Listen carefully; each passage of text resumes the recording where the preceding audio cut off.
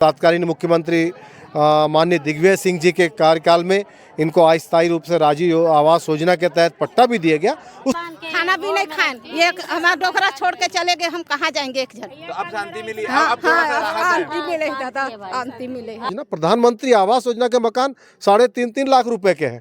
3.5 लाख रुपए अगर ये मकान देने खरीदने लायक रहते तो फिलहाल के लिए बहुत डर गए। बहुत डर गए। 3 दिन का नोटिस दिए थे, कल आने भी वाले थे तोड़ने के लिए। आप लोग काफी परेशान थे कि भैया तोड़ देंगे तो कहाँ कोई नहीं जाएंगे? खा रहा था, सब सूखा सूखा दिख रहा था।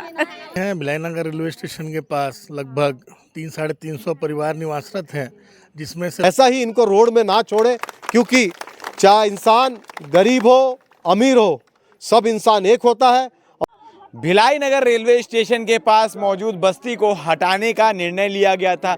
3 दिनों का समय दिया गया था, नोटिस भी दिया गया था, मगर अभी कुछ दिनों के लिए राहत की बात यह है कि बारिश को देखते हुए अभी उस बस्ती को फिलहाल नहीं तोड़ा जाएगा। मगर इसके बाद क्या उस बस्ती को तोड़ने से पहले ये जो पीछे मेरे खड़े हुए तमाम लोग दिख रहे हैं, इनका व्यवस्थापन हो पाएगा या कहीं और व्यवस्था की जाएगी, या उससे पहले ही तोड़ दिया जाएगा? बारिश के बाद क्या कुछ होगा ये देखने वाली बात है। फिलहाल अब तक क्या कुछ अपडेट है या क्या कुछ चीज़ें निर्णय ली गई है, किस प्रकार से पहल की गई। पार्षद लक्ष्मीपति राजू साकेत चंद्राकर हमारे साथ मौजूद है, इनसे भी बातचीत करते हैं। और बस्ती वाले भी हैं जो आज यहाँ पर एक विशेष मीटिंग रखी गई थी, बातचीत हुई है कि भैया आगे की क्या प्रक्रियाएँ रहेंगी, किस प्रकार से इनके सर से जो है वो छत नहीं छीना जाएगा। राजू जी, लगातार समस्या आ रही थी कि 3 दिन का नोटिस दिया गया था, कल ये तक बोल के गया था कि जेसीबी आएगी और तोड़ना शुरू किया जाएगा, मगर किसी कारणवश रुक गया। इस बात को लेकर लगातार भिलाई नगर आयुक्त राजीव कुमार पांडे जी से, माननीय विधायक देवेंद्र यादव जी से, चूंकि देवेंद्र यादव जी भिलाई से बाहर हैं, और महापौर जी से लगातार संपर्क में था।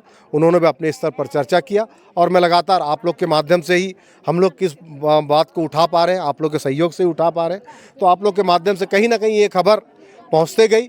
तो राजीव कुमार पांडे जी से हम लोग जब बस्ती वाले गए, साहब हम लोग 50 साल से गरीब लोग रह रहे हैं, इनको तत्कालीन मुख्यमंत्री माननीय दिग्विजय सिंह जी के कार्यकाल में इनको अस्थायी रूप से राजीव आवास योजना के तहत पट्टा भी दिया गया।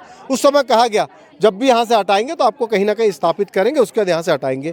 इस बात को लेकर हम बोले, और बहुत गरीबी रेखा में बच्चे पढ़ते हैं, आसपास स्कूल है, इसके अलावा सब आसपास लोगों के घरों में बर्तन भांजा मांजने, इसके अलावा कोई मजदूरी काम करता, कोई रिक्शा चलाता, कोई कुछ चलाता है। तो मैंने सब चीज़ को, इस सब मांगों को लेकर मैंने आयुक्त राजीव कुमार पांडे जी के पास रखा था। उन्होंने ये सब चीज़ों गंभीरता से सुना और मैं बोला कि मैं कल कलेक्टर साहब से, मतलब मंगलवार को बोला, तो मैंने आज शाम तक कलेक्टर साहब चर्चा करूंगा और विषय में क्या जानकारी मिलेगी पूरी जानकारी लूँगा।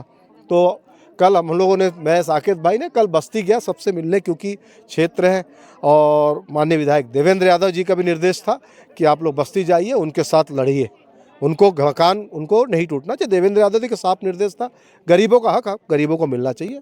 तो हम लोगों ने फिर कल भी बस्ती गया। बस्ती जाने के बाद जब हम लोगों ने देखा, मैं और साकेत भाई ने, तो ऐसी सी बात है, तो फिर मैंने आयुक्त को वहीं से तत्काल फ़ोन से संपर्क किया। तो आयुक्त महोदय जी ने, राजीव कुमार पांडे जी ने कहा, अभी फिलहाल मैंने कलेक्टर साहब से चर्चा किया है, वर्षा जब बारिश के मौसम तक तो अभी हम रोक रहे हैं, लेकिन आगे कलेक्टर साहब से बैठ के चर्चा करेंगे। फिर अभी मेरी महापौर जी से चर्चा हुई, तो महापौर जी ने अभी आयुक्त राजीव कुमार पांडे जी से, कलेक्टर साहब से चर्चा की, और DRM को पत्र भी कलेक्टर साहब लिखे हुए हैं, लेकिन उसका कोई जवाब आया नहीं है। लेकिन मेरा एक निवेदन है, जिला प्रशासन हो या रेलवे प्रशासन हो, ये 50-60 वर्षों से यहाँ निवास कर रहे हैं, बिल्कुल इनका हक बनता है। या आपने प्रधानमंत्री आवास योजना के तहत बाथरूम बनवाने के लिए दे दिया था, वो भी बाथरूम भी सबके बने हुए, शौचालय, आपने रोड भी बनवाने दिया, सीमेंटीकरण रोड है, कहीं ना कहीं बोरिंग हमने करवाया, सब शासन प्रशासन से ही हुआ। उसके बाद आप बिना व्यवस्थापन के इनको हटाना मैं नहीं सोचता उचित है, क्योंकि इनका हक है, इनका हक मिलना चाहिए। उसके अलावा जब तक इनको स्थायी रूप से, और रही बात, कई बोलता प्रधानमंत्री आवास योजना, प्रधानमंत्री आवास योजना के मकान 3.5 लाख रुपए के हैं। 3.5 लाख रुपए अगर ये मकान देने खरीदने लायक रहते तो भिलाई नगर झोपड़ी पट्टी में बोरिंग का पानी भर के अंधेरे में नहीं रहता, ये उजाले में बड़े मकानों में रहते। तो मैं चाहता हूँ इनके कोई नियम कानून शिथिल किया जाए, ऐसा कोई व्यवस्था बने, कम दरों के मकान है उनको। पर देखे जाते हैं जब प्रधानमंत्री आवास योजना की बात आती है तो, और व्यवस्थापन की बात आती है तो 75,000 रुपए में भी नियम बिल्कुल 70,000 रुपये के मकान है। मैं चाहता हूं इनको वो मकान दिया जाए, ताकि इन लोग, वो भी एक अवधि दिया जाए, किस्त में दिया जाए, हाँ दिया जाए, ताकि इन लोग उस मकान को खरीद सके और अपन जिंदगी जी सके। ऐसा ही इनको रोड में ना छोड़े, क्योंकि चाहे इंसान गरीब हो अमीर हो, सब इंसान एक होता है और सबका जीवन एक समान होता है। तो मैं निवेदन करता हूं कि इनको रोड पे ना आने, रोड पे उतरने के लिए, इनको किसी प्रकार का आंदोलन करने के लिए या किसी प्रकार का और कार्य करने के लिए मजबूर ना करें। इनको व्यवस्थापन करने के बाद इनको हटाएं और व्यवस्थित करके दें। आप भी कल गए थे राजू जी के साथ, क्या कुछ बस्ती वाले क्या बता रहे हैं, क्या कह रहे हैं, क्या पीड़ा है?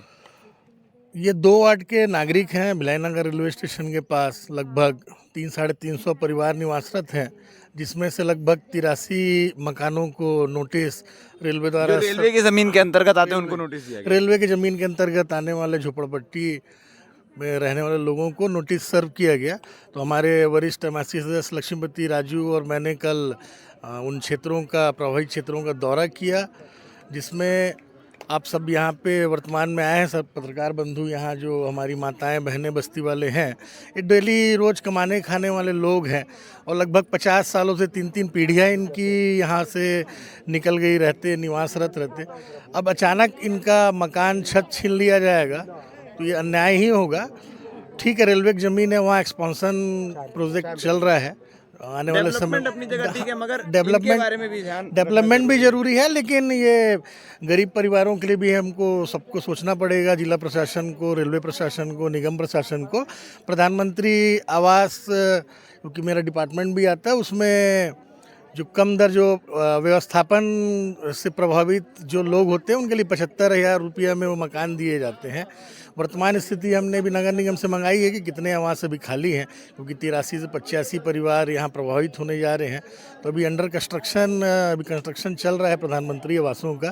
तो माननीय कमिश्नर साहब ने बोला है, आश्वासन तो दिया है कि इनको हम पहले व्यवस्थित कर दें, उसके बाद ही कुछ करेंगे। यहाँ पर लोग भी मौजूद है जहाँ पर आए हुए हैं, और जो उस दिन उनके चेहरे में मायूसी दिख रही थी, डर दिख रहा था, अब वो थोड़ा सा डर दूर होकर थोड़ी सी मुस्कान दिखाई दे रही है।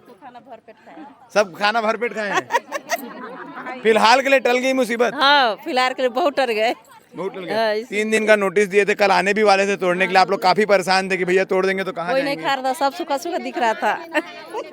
में खाना भी नहीं खाएं। ये हमारा डोकरा छोड़ के चले गए, हम कहाँ जाएंगे एक जन। तो अब शांति मिली। हाँ, अब थोड़ा सा राहत है। शांति मिले दादा, शांति मिले। अब थोड़ा सा बना के खाना भी नहीं खाएं हम।